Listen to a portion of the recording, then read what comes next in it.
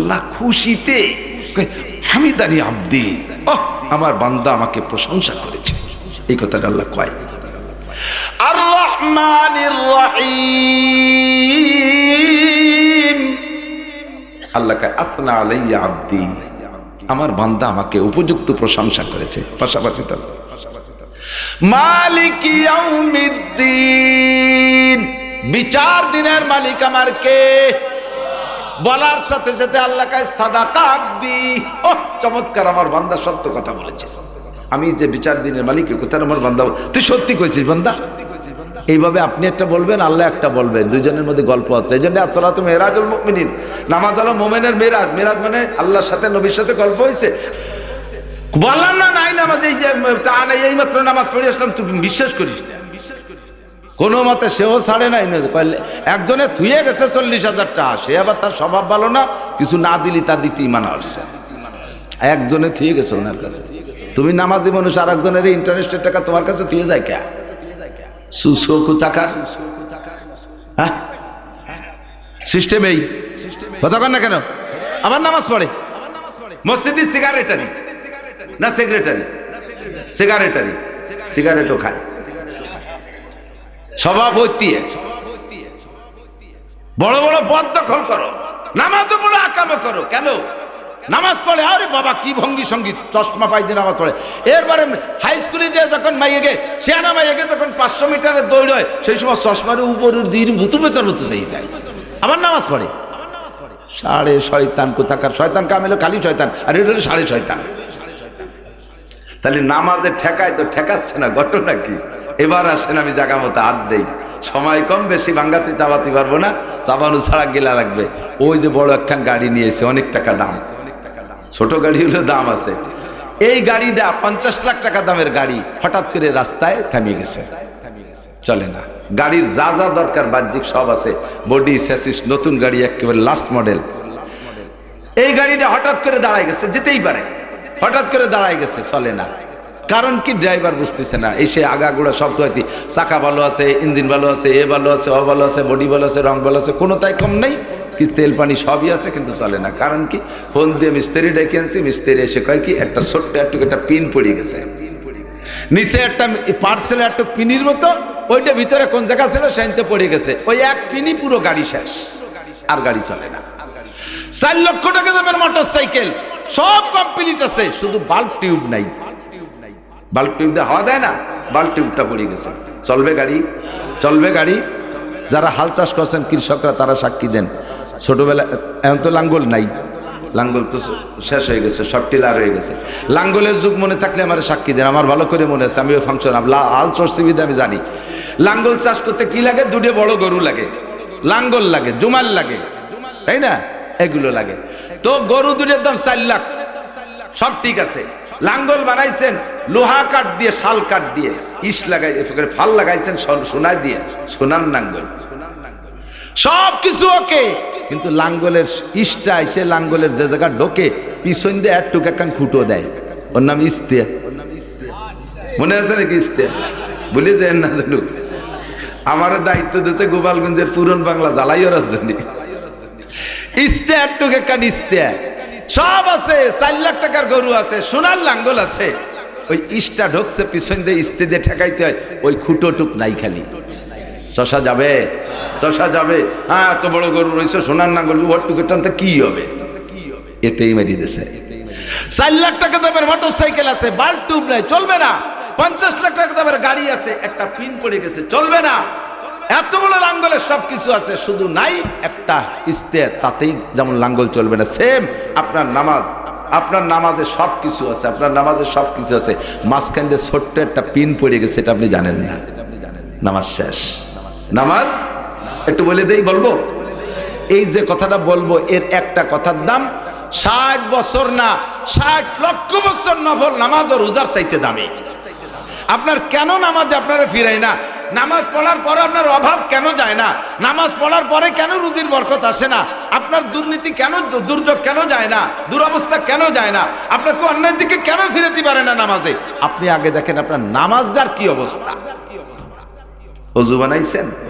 টেপের নিচে পা পাইতে দিয়ে টেপ ছাড়িয়ে দিয়েছেন, পাউ দিয়ে পাউরে ডলিয়ে টলিয়ে এসে দাঁড়াইছেন, 2 আঙ্গুলের চিপার ভিতরে সুন্দর হয়েছে, পিন পড়িয়ে গেছে। নামাজের এই নামাজ হয় নাই। নামাজ যদি এই অবস্থা হয় তাহলে সেই নামাজে তো আপনারা অন্যায় থেকে ফিরেবে না, সেই নামাজে তো আপনার রুজি দেবে না। তার আগে আপনি পবিত্রতার ভিতরে যাইয়া 90% পাবলিক, 90% নামাজি পাবলিক পেশাবে ঢিলা ব্যবহার করে না। বদনাটা নিয়ে যে জায়গায় কাজ করে দিয়ে 2 আইটি চলে আসে। আটা দেওয়ার পরে যে 2 ফুট পড়লো তা গেল কোয়ালে, সে জায়গা কি বালতি ভাতা আছে? গায়ে লাগছে আর কাপড়ই লাগছে। কোন কোন জায়গা গায়ে লাগছে আর নামাজের ফরজ 13টি, জোরে বলেন কয়টি? 1 নম্বরে শরীর পাক বলেন, 2 নম্বরে কাপড় পাক, 3 নম্বরে নামাজের জায়গা পাক, 4 নম্বরে 70 টাকা। ঠিক আছে? কত দূর যায় আর একটা হলো তো মুখে তাকবীরে তাহরিমা বলা, বলেন তাকবীরে তাহরিমা বলা। এইগুলো সব ফরজ। আপনার পেশাবে ঢিলা ব্যবহার না করার কারণে পুরুষদের 1 নম্বর ফরজ আর 2 নম্বর ফরজ মার খাইছেন। আপনার তো জানা নাই কোন ফাঁকে পিন পড়ে গেছে, অজু বানাইছেন সুন্দর করে, কিন্তু কাপড় আর আপনার শরীর নাপাক হয়ে রয়েছে। ওই 2 ফোঁটা পেশাব লাইগা সকালে 2 ফোঁটা, ঘন্টার 1 ঘন্টা পর আর 2 ফোঁটা, তারপরে আবার 2 ফোঁটা, ডেলি 5-6 বার পেশাব করেছেন। আর এই 5-6 বার 2 ফোঁটা করে লেগে গেছে। আপনার না আপনার শরীর নাপাক, কাপড় নাপাক, বলেন আপনার নামাজ হয়েছে নাকি? আর নামাজ যদি না হয় 13টা ফরজের একটা ফরজ যদি ইচ্ছায় হোক আর অনিচ্ছায় হোক ছুটে যায়, নামাজ হয় নাই। আর যেই নামাজ হয় নাই ওই নামাজের কোনো পুরস্কারও তুমি পাবা না, বরঞ্চ বিপরীত তিরস্কার পাইবা। 1 ওয়াক্ত নামাজ যদি মোটেই না পড়ো বান্দা, তাহলে এই 1 ওয়াক্ত নামাজ যদি তুমি জীবনেও না পড়ো, 1 ওয়াক্ত নামাজ ছেড়ে দিছো, ওইটা ছুটে গেছে, কোনোদিন পড়ে দাও নাই, তার বিনিময়ে তোমাকে 200 কোটি, আরো 30 কোটি, আরো 40 লক্ষ বছর জাহান্নামে পোড়া লাগবে। 1 ওয়াক্ত নামাজ যদি না পড়ো 230 কোটি 40 লক্ষ বছর জাহান্নাম। আল্লাহর কসম, আল্লাহর কসম, নবী যদি সত্য হয় তাহলে আমার অজ সত্য। ও দোস্ত রে, আপনি নামাজ পড়ার পরে যদি আপনার নামাজ না হয়, নামাজ পড়ার পরে যদি নামাজ না হয়, তাহলে একই পরিমাণ শাস্তি পাইবেন, একটুও কম হবে না। আর আপনার নামাজ হয় নাই, পেশাবে ঢিলা ব্যবহার করেন নাই, এর কারণে শরীর নাপাক, কাপড় নাপাক, ছোট্ট পিন পড়ে গেছে, গাড়ি অচল। 2 নম্বর আর একটা তালবি আলিমরা মনে রাখো, এই বাসতে সেদিনকে কোন জায়গায় আসলাম না, মহারাজপুর, ওই দিন দেখলাম, বলছিলামও সেদিন, এই পাশ দিয়ে আমাদের এই পাশ দিয়া, এটা পূব দিক নাকি? হ্যাঁ, 7 পাড় জলিল পাড় বলতেন, এদিক না, এদিক, আরো কোটালি পাড়া দিয়ে এদিক, এই দক্ষিণ দিক, এই এলাকা থেকে 1 গাদি বই নিয়ে আইছে। মসজিদে ইমাম সাহেব, মসজিদের ইমাম, সে মাইকে এলান দেয়, অমুক বাড়ি ইনজিল শরীফ পড়া হবে, আপনারা আসবেন।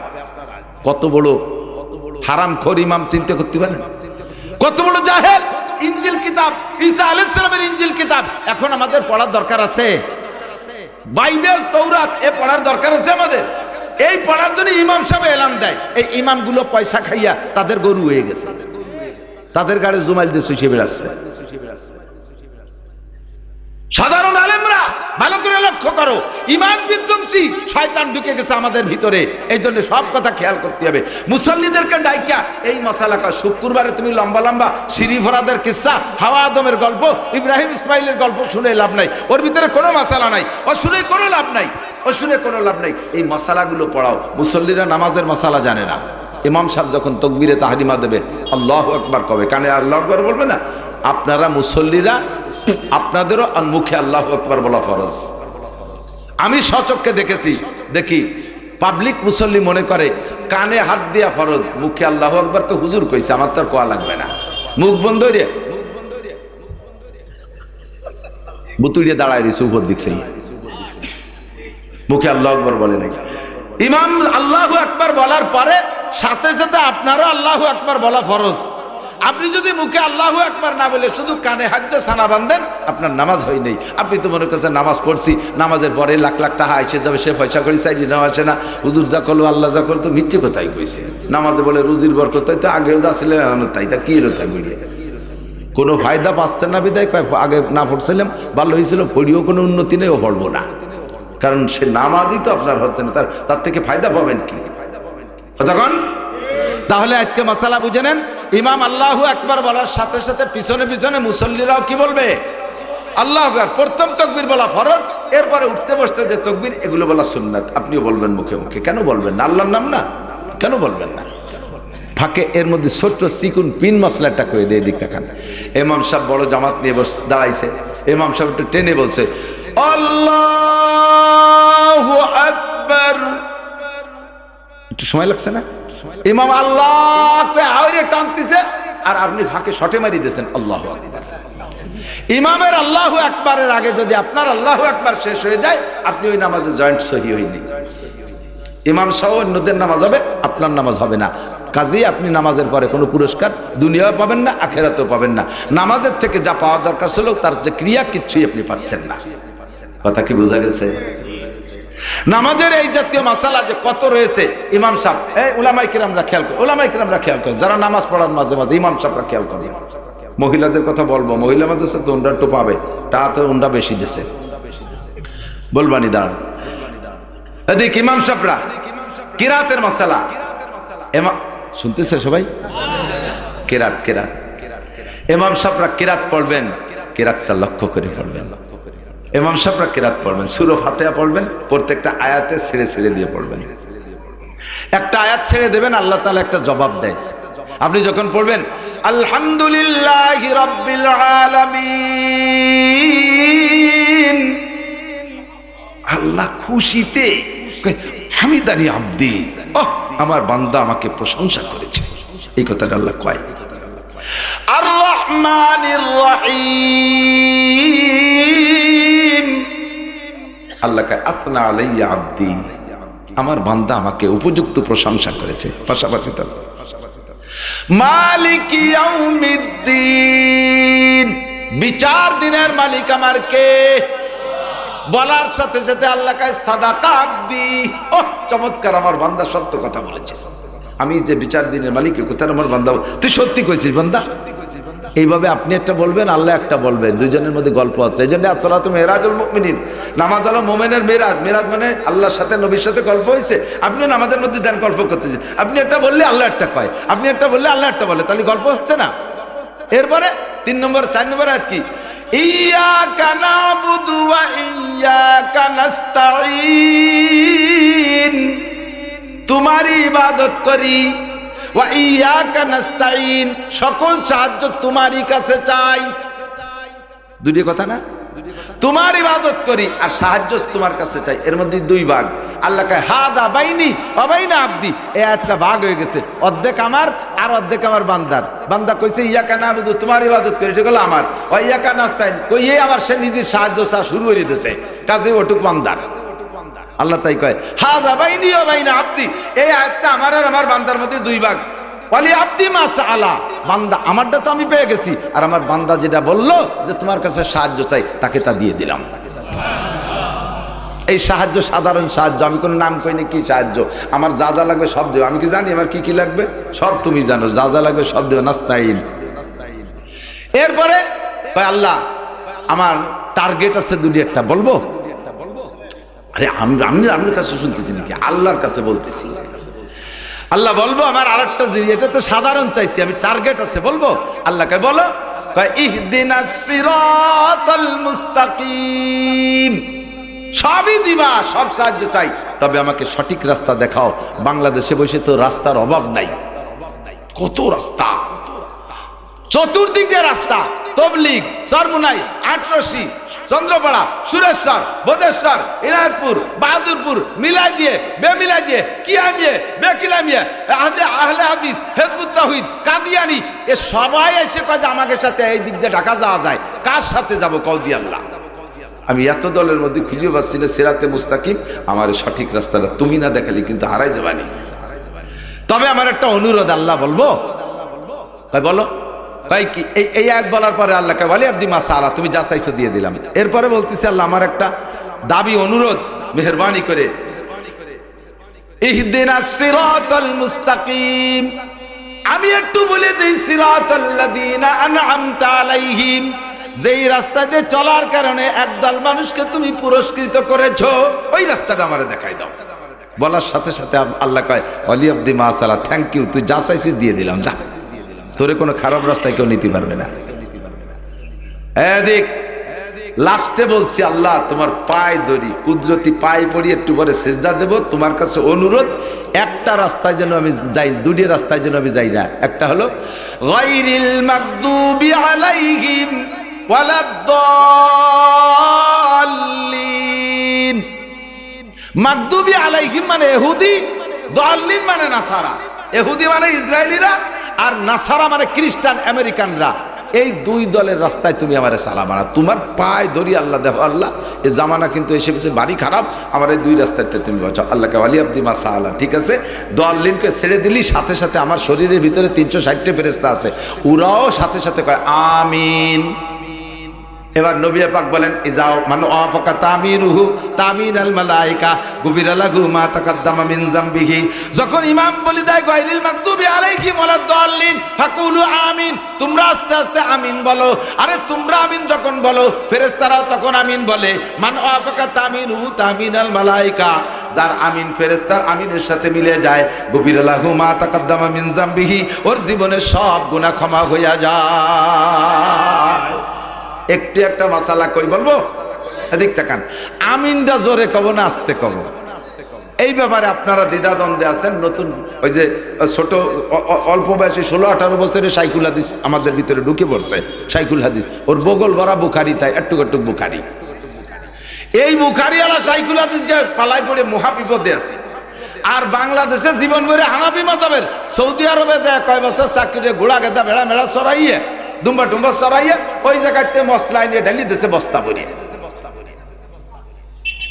বড় বড় ব্যাগেজ লাগেজ নিয়ে এসে খুলে দিচ্ছে, ওর মধ্যে খালি মশলা বাজিয়ে মসজিদে যাইয়া বহির পর ছানা বাঁধে পাও খানিক চেরাই দিয়ে ফাঁসের জন্য লাথই ছড়াই দিয়ে আমিন। ভাব দে বেটা, তোরে কি সৌদি আরব পাঠাইছে আমিনটা নিয়ন্ত্রণ নিবি? তুই গেছিস কটা আনবি, বুড়ো কালে যা দুয়ে মুছে খাতি পারি, তুই এই আমিন আনতে গেছিস কে? জানতে আমরা যাবো। মুফতি আব্দুল গফফার সাহেব 50 বার গেছে, বাংলাদেশের উলামায়ে কিরাম শত বার গেছে, তারা তো আমিনটা নিয়ে নেয় না। তুই মূর্খ মানুষ আনতে গেছিস কেন? ও জায়গাতে কি আনতে হবে তা আনার মতো বুদ্ধি আমাকে আছে। এদিক তাকান। আমিন আস্তে বলবেন না জোরে বলবেন, এই বিষয়টা বলে আমি ওয়াজের দিকে যাচ্ছি। আমিন আপনি আস্তেও বলতে পারেন, জোরেও বলতে পারেন, কোনো দোষ নেই। এদিক খেয়াল করেন, আমিন আস্তেও বলতে পারেন, জোরেও বলতে পারেন, তবে আপনার সামাজিকতা রক্ষা করার একটা দায়িত্ব আছে। মসজিদে সবাই আসতে বলছে, আপনি একা যদি কোন আমিন, সব মুসল্লিকে মন আপনার দিক চলে যায়, নামাজের থেকে সব মুসল্লির মন আপনার দিক চলে গেছে, ঠিক কিনা? আপনি সবাই নামাজের ভিতরে একটা খলাল সৃষ্টি করে ফেলাইছেন, একটা ঝামেলা বাধাই দিয়েছেন। সে একদানে আল্লাহর দিকে তাকে নামাজ পড়তে গেল, তার মনটা আপনার দিক নিয়ে গেছেন, এই একটা অন্যায় করছেন। এই জন্য আপনি একা হলে আমিন জোরে বলার পার্টিও যদি হন তবু জোরে বলবেন না। যারা জোরে বলে তারা জোরে বলাকে ওয়াজিব বলে না, জোরে বলাকে মুস্তাহাব বা সুন্নত বলে। তো একটা সুন্নত বা মুস্তাহাব আদায় করতে যত মুসল্লির ক্ষতি কেন করবেন? কাজে আপনি আস্তে বলবেন। 2 নম্বরে, যদি বলেন, আমি বলে দিছি কি জোরেও বলতে পারেন, আস্তেও বলতে পারেন, ঠিক কিনা? আমি তাই বলছি না? এবার আপনি যদি বলেন যে জোরেই বলতে হবে, তাহলে আমি বলবো আস্তেই বলতে হবে। আপনি জোরে বলার কোনো দলিল দিতে পারবেন না। আমার জানা আছে, আপনি হাদিস পড়েন, আমি তো বুখারী শরীফ পড়াই, আমি জানি না কোরআনে কি আছে। আমি তিরমিজি শরীফ পড়াই, আমি জানি না কোন হাদিসে কি আছে, সব আমার জানা আছে। আপনি পারবেন না দলিল দিতে যে জোরে জোরে আমিন বলার হাদিস মাদ্দাবিয়া সাউতাহু, এর বেশি কইতে পারবেন না, ওর তরজমা আমরা জানি। তবে আমি আস্তে বলার দলিল দিতে পারবো। খেয়াল করেন, হুজুর বলছেন যার আমিন ফেরেশতাদের আমিনের সাথে মিলে যাবে তার গুনাহ মাফ।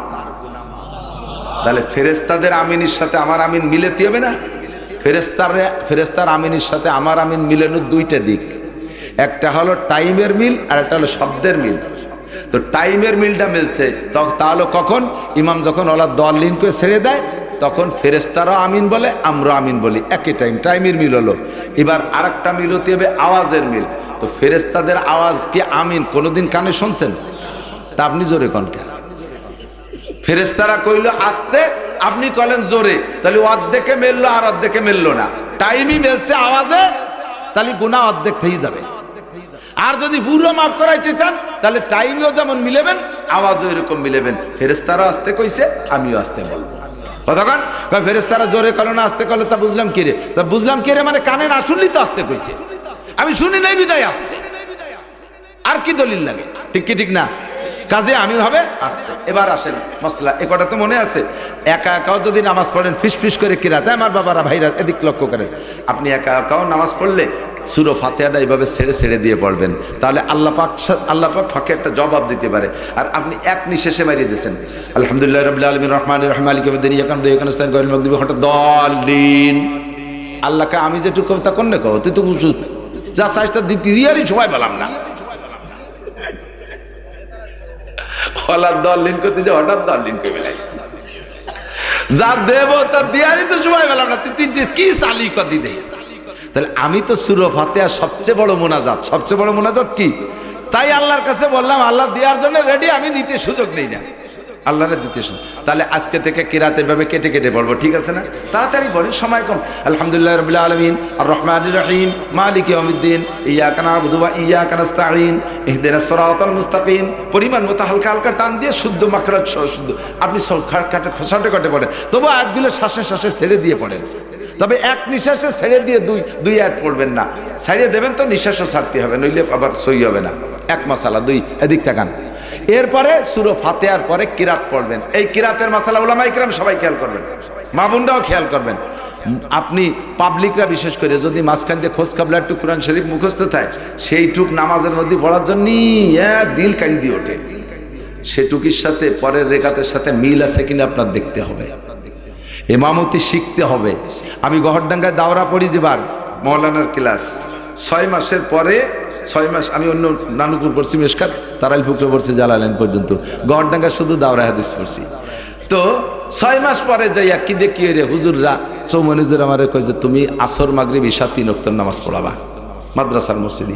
1400 ছাত্র, মোহতাম সাহ হুজুর, চৌমনি হুজুর, ঢাকার হুজুর, কাশিনী হুজুর, বরিশালের হুজুর, কোটালীপাড়া হুজুর, পাটগাতির হুজুর, বগুড়ার হুজুর, বড় হবের শাহ হুজুর, এরা হলো বাঘের মতো মানুষ, মানে সামনে দিয়ে আটটি গেলেও পেশাব এসে যায় বয়তে, এমন বেটা বেটা মানুষ। তার মধ্যে আমার দেশে ইমামতিতে, আমি তো হাফেজ না, পাবলিক নামাজ পড়াই, কাঁপতি কাঁপতি পড়াই। প্রথম তো ছোট ছোট আয়াত তো দম পুরো যায়, সে সাইডে উঠতে পারিনি, ঢোকগিল দিয়ে ঢোক এসে যায়।